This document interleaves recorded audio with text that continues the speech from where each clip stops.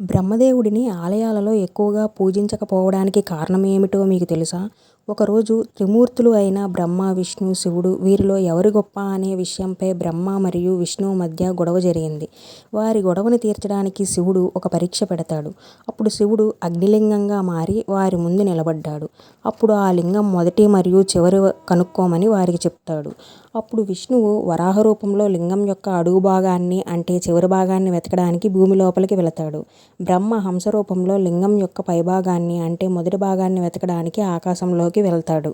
ఎంత వెతికినా లింగం మొదటి భాగాన్ని కనిపెట్టలేకపోవడంతో బ్రహ్మ ఓటమిని అంగీకరించడానికి ఇష్టపడలేదు. అప్పుడు బ్రహ్మకు దారిలో ఒక కేతకి అంటే మొగలి పువ్వు కనపడింది. ఆ పువ్వు తాను శివుడి లింగం అగ్రం నుంచి పడుతున్నానని అబద్ధపు సాక్ష్యం ఇస్తుంది.